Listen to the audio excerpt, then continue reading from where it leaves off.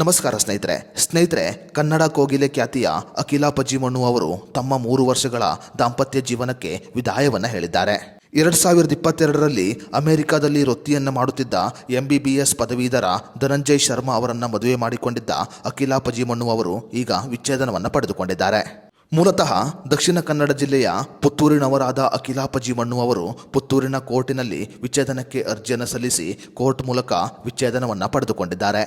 ಧನಂಜಯ್ ಶರ್ಮಾ ಅವರಿಂದ ವಿಚ್ಛೇದನವನ್ನು ಪಡೆದುಕೊಂಡ ಬೆನ್ನಲ್ಲೇ ಈಗ ಅಖಿಲಾ ಪಜಿಮಣ್ಣು ಅವರು ದೊಡ್ಡ ತೀರ್ಮಾನವನ್ನು ತೆಗೆದುಕೊಂಡಿದ್ದಾರೆ. ಹೌದು ಸ್ನೇಹಿತರೆ, ಅಖಿಲಾ ಪಜಿಮಣ್ಣು ಅವರು ತಮ್ಮ ಎಲ್ಲ ಸಾಮಾಜಿಕ ಜಾಲತಾಣದ ಖಾತೆಗಳಿಂದ ಗಂಡನ ಫೋಟೋಗಳನ್ನು ಡಿಲೀಟ್ ಮಾಡಿದ್ದಾರೆ. ಕಳೆದ ವಾರ ಅಖಿಲಾ ಪಜಿಮಣ್ಣು ಅವರು ಧನಂಜಯ್ ಶರ್ಮಾ ಅವರಿಂದ ವಿಚ್ಛೇದನವನ್ನು ಪಡೆದುಕೊಂಡಿದ್ದರು. ಇನ್ನು ವಿಚ್ಛೇದನವನ್ನು ಪಡೆದುಕೊಂಡ ಬೆನ್ನಲ್ಲೇ ಅಖಿಲಾ ಪಜಿಮಣ್ಣು ಅವರು ತಮ್ಮ ಎಲ್ಲ ಸೋಷಿಯಲ್ ಮೀಡಿಯಾ ಖಾತೆಗಳಿಂದ ಗಂಡನ ಫೋಟೋಗಳನ್ನು ಡಿಲೀಟ್ ಮಾಡಿದ್ದಾರೆ. ಖ್ಯಾತ ಗಾಯಕಿ ಅಖಿಲಾ ಪಜಿಮಣ್ಣು ಅವರು ಮದುವೆಯಾದ ನಂತರ ಗಂಡನ ಜೊತೆ ಅಮೆರಿಕಾದಲ್ಲಿ ನೆಲೆಸಿದ್ದರು.